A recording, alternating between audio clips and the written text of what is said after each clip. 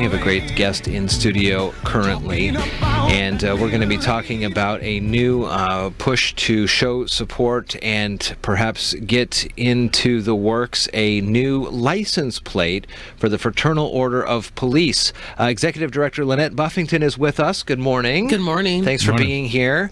Heidi McCutcheon from the Shelton Chamber sent me a note saying I am friends with Lynnette and we're working on this thing and we would love to have some time on the air. And it says anytime. Yep. We're able to help law enforcement or the different organizations surrounding it. Would love to. Tell us a little bit about, one, the Fraternal Order of Police, and then what you're working on here. Sure. So the Fraternal Order of Police represents nearly 3,000 officers throughout the state of Washington. We have labor units and we have individual voluntary members. As a nation, nationally, we represent 345,000 law enforcement. So we're the largest and most influential law enforcement association in the country. Wow. Right. And we definitely have a lot of influence in D.C., which is really nice to have when we're talking about some of our national issues surrounding law enforcement. What are some of the main issues that you guys focus on? It depends on kind of the time, but some of the old standbys have been some things with the Windfall Elimination Act for Social Security for law enforcement. We're also moving more into the type of charge it is if you kill a law enforcement officer. Okay. And another thing that's really hot for any law enforcement, and particularly a lot of first responders. Many first responders retire around the age of 53. They need to come up with retiree medical between that time and when they're Medicare eligible. So there are some people that do have retiree medical due to their contract, but nationally and as a state, we don't have that option. And that is probably one of the highest needs that law enforcement and many first responders have, is coming up with that coverage. Do a lot of your initiatives come from, I guess, the ground up you hear from your members, or is it a board that is looking at trends either statewide or nationwide to come up with these? In true membership association fashion, it comes from the ground up. Everybody that is involved with our national board or our state board or other states' individual associations has been law enforcement, so they have the experience of knowing what the challenges are to the profession. Is it a majority current law enforcement professionals in the organization, or is it a mix of those over, as you mentioned, over 50 or so who have retired? It's a good mix. We are the only law enforcement association that you can join the day you leave the academy and continue your membership through retirement. Wow. One of the things that we're talking about here is an opportunity for folks to sign on to a survey that gathers signatures of support to bring to the legislature a Fraternal Order of Police license plate, which the license plates in the state, there is a variety of them, from music to square dancing to CenturyLink Field. You know, there's a whole host of them, and dedicated funds from those plates go to help out individual organizations, and that's kind of why you're here. Yep, absolutely. So to clarify, this plate is sponsored by the Fraternal Order of Police, but it is open to anybody that can buy a vehicle license in our state to purchase. And the goal of this is to designate the funds raised from the plate purchase to support law enforcement, health, and wellness with a specific focus on mental health. As of today, and unfortunately I don't think the statistic will change a whole heck of a lot, death by suicide is the leading cause of death for law enforcement. So a couple days ago, I think we were at 201 deaths by suicide.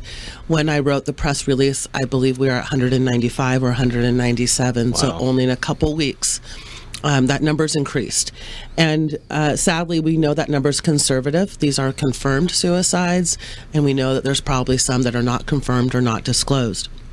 We know that law enforcement and many other first responders have a high exposure to trauma, and that trauma exposure is sustained and builds up upon each other with each call. And every call you make bears the burden of the calls you've made prior. Right. So we're coming as a society comfortable talking about PTSD, depression, trauma, suicide risk. Now we're looking into a profession which historically has not talked about this, and we're recognizing the problem is there, and we want to provide it services. Local agencies, the state, they cannot provide enough resources to meet the need. And those are always subject to budget cuts.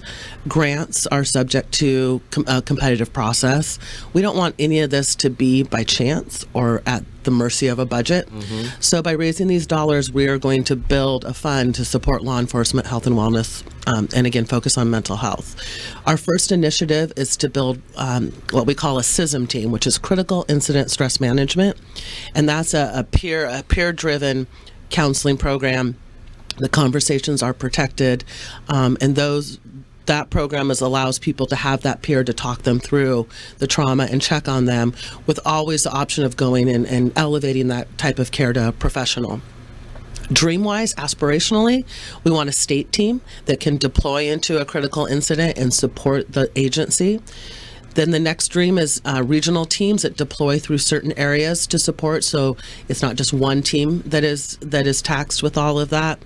And then we also want to build a family CISM network, because we know the family members of law enforcement also bear the trauma with this. So these incidents can be small. They can be just, and not small by most people's standards, but they could be a really ugly motor vehicle accident, or it could be something as devastating as a line of duty death. We've had teams deploy to when the Oso mudslide happened, or we're coming up on the 10-year anniversary of the Lakewood 4 officers. And so there's a variety of critical incidents that make the news and that everybody knows about, and of course we want that support. But there's day-to-day incidents that no one knows about that law enforcement goes home with, and we want to support them. How many signatures required? How do people support this? Sure. We need 3,500 signatures, and my personal goal is 5,000 by Christmas. That'd be the state's Christmas present to me this year. They can go to our website, wafop.com, and at the top of the page, there's a graphic that says click here, and it drives you to it. We also have all over our Facebook page graphics and QR codes so people can help us gather signatures. If you scan that QR code, or if any phone scans it, it takes you right to that signature page. So anybody with a mobile phone can actually be a signature gatherer for us and help us build that boots on the ground. Once you reach that number, go beyond, hopefully, what happens then? It goes. So once we meet that threshold, there's a couple things that are going to happen simultaneously. We are working on the drafting of the bill and looking for primary sponsors to get it through the legislature and ideally pre-file it by December 13th. We can still be collecting signatures at that time. It gets into the legislature and goes through its process of ideally being approved, and then on the occurrence of it being approved, then the DOL approves the plate design and all the materials we've provided. If everything goes great, we're to production by July 1. If there's redesign or other challenges, then we go to production as late as October 1. So it's a full push through the legislature, House, Senate, Governor. That's how the whole thing works. Absolutely. Through. Okay. Yep. We will put the links to this on the interview. Again, it's wafop.com, and looks very easy to fill this out, and so much so that when you put your name and where your city and state and address, then you have the signature line. You can even use your mouse to sign it right there. Yep. Very cool. And once you have filled this survey out, you will hopefully then by July get a subsequent email either by you or by licensing saying, hey, guess what? The efforts have been successful, and now you're going to be able to purchase this license plate. And you mentioned it wasn't just for officers, but family or just supporters of law enforcement? Sure. We have some programs we want to initiate, and we know that these might not be our only programs, but we'll start with the CISM training. We've had people ranging from fire, law enforcement, wildland fire, social workers present at those trainings. So we know those trainings will be available at little to no cost to first responders to build that skill set.